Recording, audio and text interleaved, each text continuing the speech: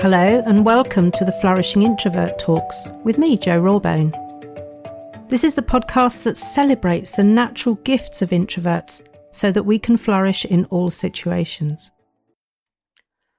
Episode 315. She's got no personality.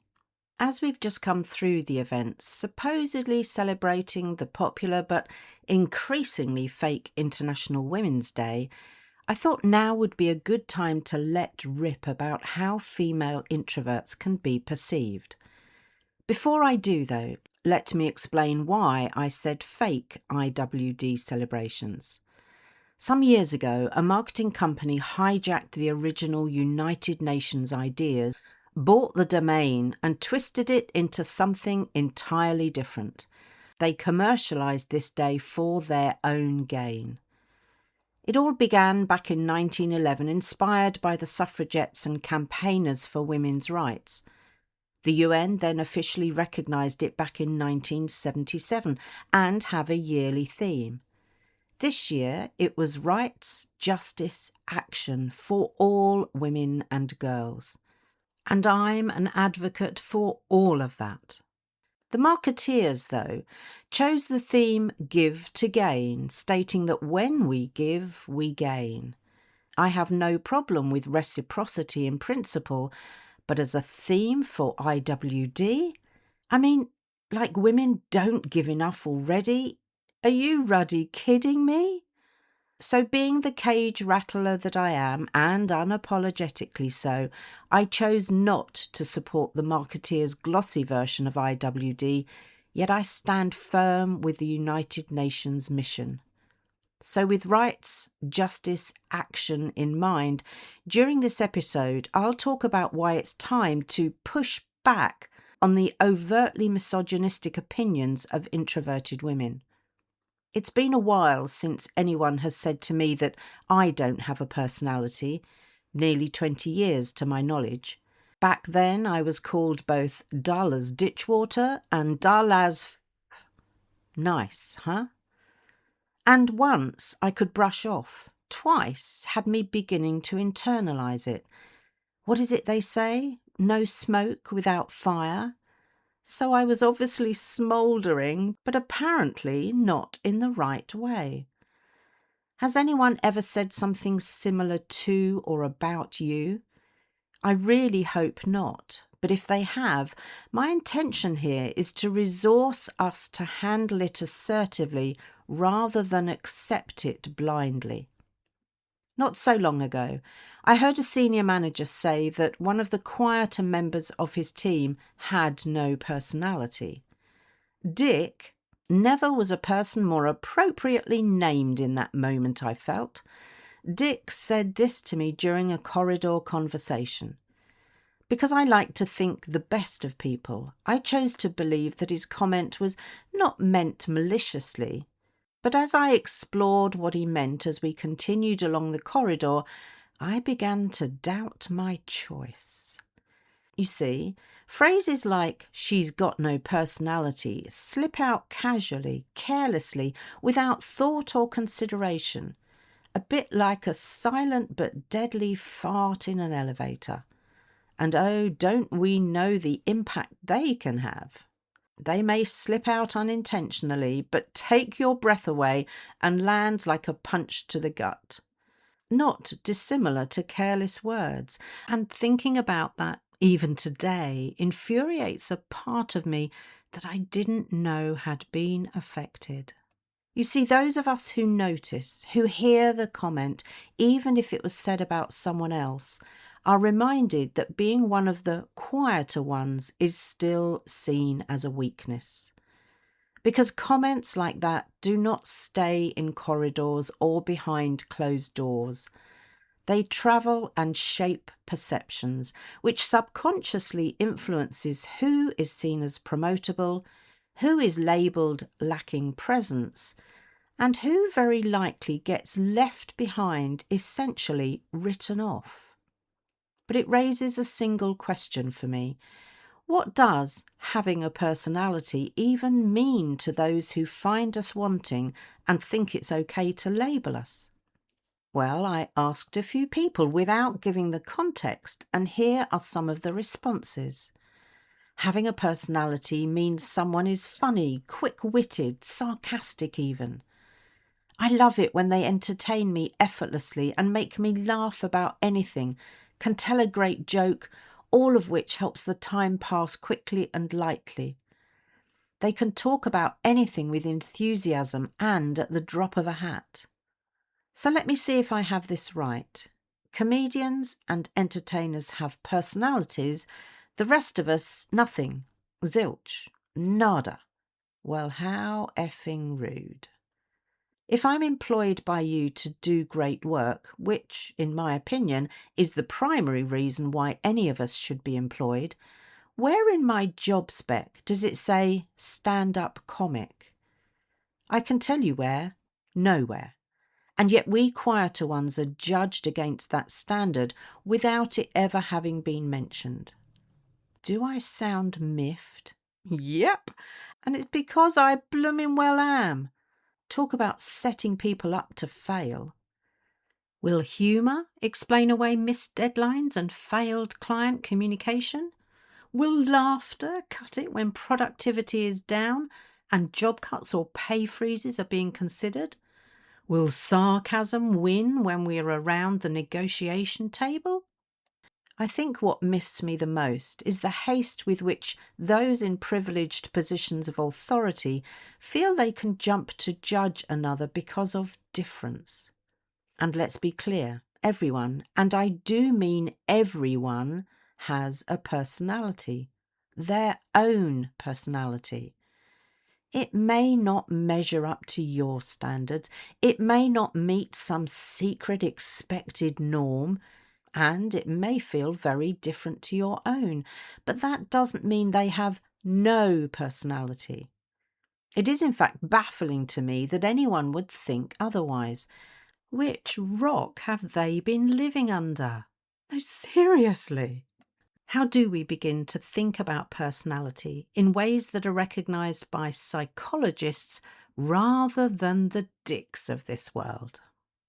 Many of us will have heard about the Big Five model, which grew from how personality differences are coded in our everyday language, and this ultimately boiled down to 5 clusters.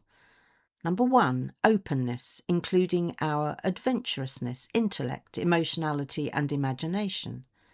Number 2, conscientiousness, which includes self-discipline, self-belief and motivation, and a sense of obligation. Number 3, extroversion, which no surprise includes gregariousness, friendliness, and a few other factors that I will happily challenge. Number 4, agreeableness, including trust, morality, altruism, and modesty. And number 5, neuroticism, which, as you might expect, includes anxiety, hostility, depression, and self-consciousness. Psychologists who use these will then assess people as being high or low on each of these clusters. But here's one thing a psychologist will never do. They will never assess someone as having no personality. But don't be surprised if you hear it, as I did, from an ill-informed leader who lacks emotional intelligence and then tries to pass it off as a joke. But this is no joke, not even close.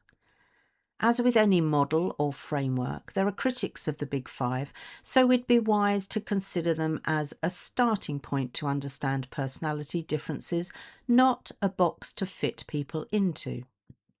Any of these types of assessment are a bit like viewing a 2D map to get your bearings, which is so very different from experiencing the 3D terrain once we're on the journey.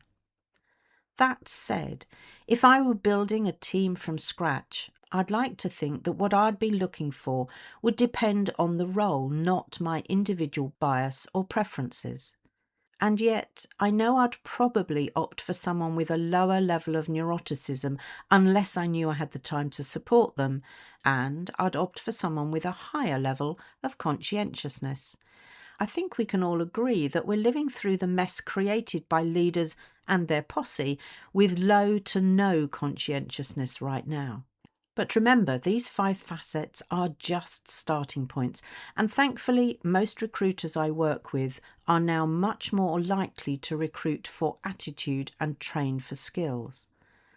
All of this begs the question, what are we to do if and when someone judges us or someone we know as having no personality?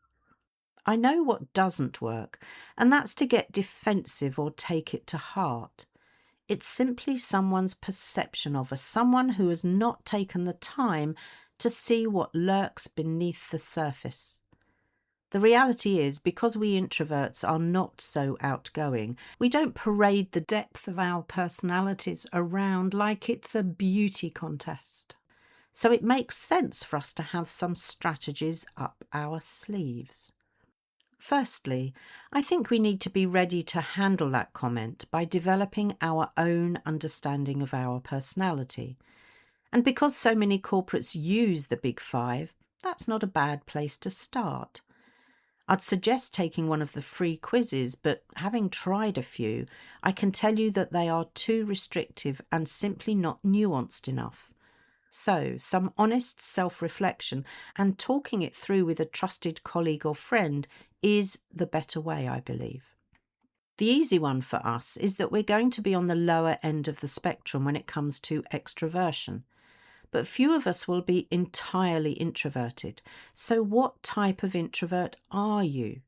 Taking the questionnaire at yourintroverttype.com will help with that.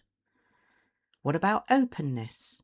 How open are you to new experiences, to use your creative skills, to be curious rather than judgmental? And how can you articulate those aspects of your personality positively and in a way that leaders, managers, or colleagues will understand? Then conscientiousness. There seems to be an undeniable link to emotional intelligence with this one, as it refers to emotional regulation and thoughtfulness of the empathic kind. And to what extent are you goal-oriented with attention to detail? Next, agreeableness. This one can be a double-edged sword when it comes to individual and team effectiveness. Too low on this scale may point to overly competitive, whilst too high may point to people-pleasing and a lack of boundaries. This may be a case for a Goldilocks score being ideal. Not too much, not too little, just right. I maintain it's clearly a case of knowing your strengths and development areas rather than presenting yourself as neutral, though. Finally, neuroticism. I'm not sure anyone would offer this as a high-scoring trait at interview. There is a warning sign, as higher tendencies here point to higher stress levels and lower resilience. Not insurmountable, but I would certainly want to ensure they had adequate support, either from me or other skilled helpers. So that would be my first step, that reflective assessment, so I can articulate more about my personality. But that does open up another deeper question for me. Does it really matter, and should I even care? I have borrowed Byron Katie's phrase, "What other people think of me is none of my business," ever since I attended a conference she was speaking at many years ago. She also said, "I care, but I don't mind," and that sits very well with me. And whilst my question is sort of in that region, I think my curiosity is more about, what do I think of me? Do I value who I am and what I contribute? That can be difficult when you're constantly told to be different. Not to mention the exhaustion of fending off the constant reminders that we need to be different. These days, I resist really strongly being pushed into a corner to agree to drop who I am authentically and become somebody I'm really not. So knowing what type of introvert we are and being able to articulate our strengths, natural talents and personality traits effectively is essential in my opinion. I see it as having our feet firmly in our reality and building ourselves from the ground up authentically. I say this often, and I'll say it again for those at the back or in the corner. We are not weird, we are wired differently. It's how we are neurodiverse. As I draw this episode to a close, I chuckle when I think of someone trying to tell me these days that I had no personality. I'd probably just reply with, "You're welcome to your opinion, and thankfully others experience me differently." I'll do my best not to sound snippy with that, but it can be a bit of a challenge. You see, we introverts possess remarkable personalities that are more than surface deep.